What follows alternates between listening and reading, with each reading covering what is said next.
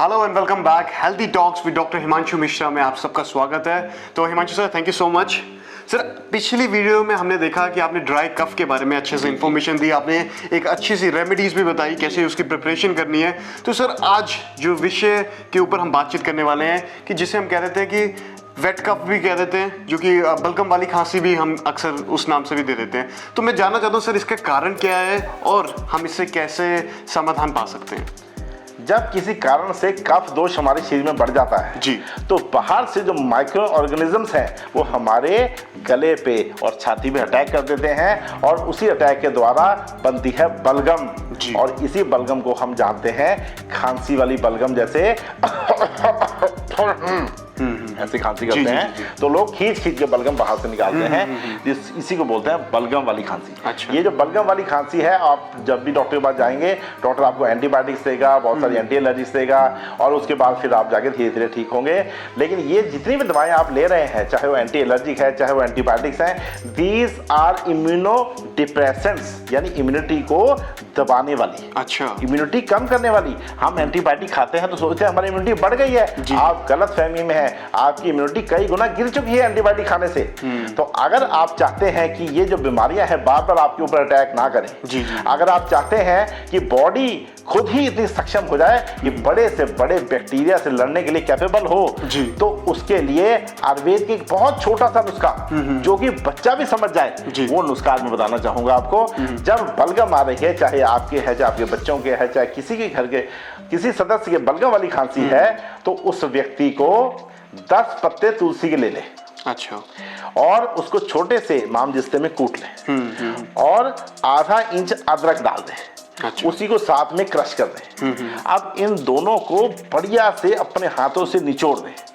जितना रस उसमें से निकले, जितना रस उसमें से निकले, उसमें आधा चम्मच शहद को अच्छी तरह मिक्स कर ले और ऊपर से बहुत छोटे सा, बहुत ही कम मात्रा में, एक चुटकी से भी कम काली मिर्च छिड़क दे उसके ऊपर और उसको मिला के दिन भर में एक बार या हर 2 बार ले ले और देखेंगे कि एंटीबायोटिक से भी ज्यादा काम करता है ये नुस्खा।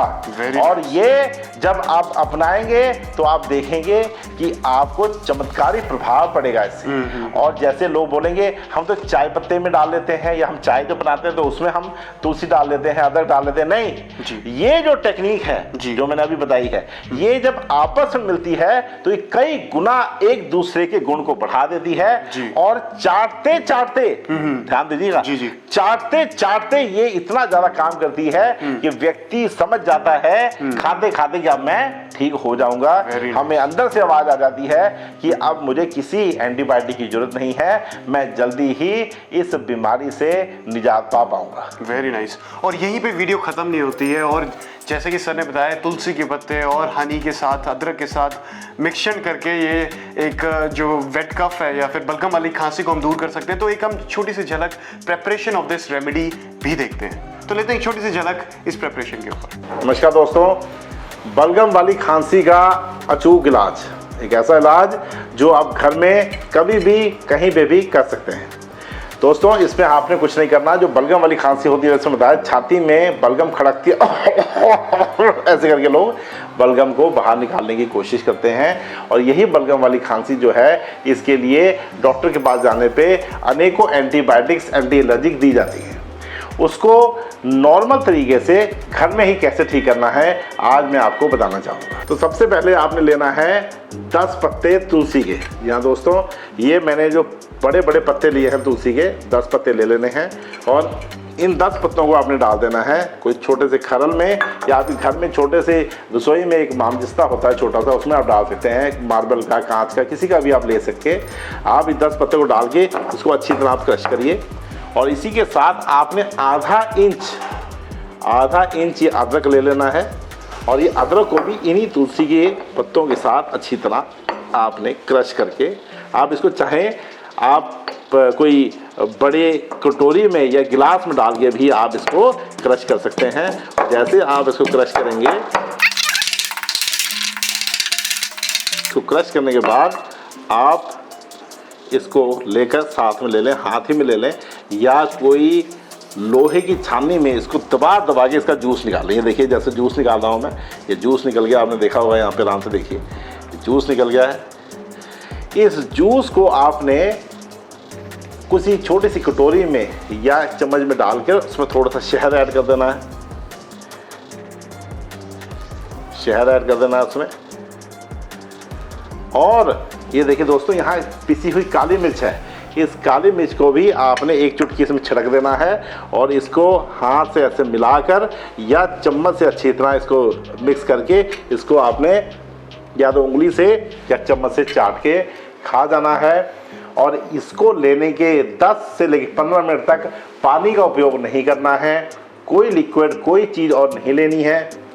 10-15 मिनट के बाद आप ये अपने आप फील करेंगे कि बलगम जो है वो कम होने लग गई है।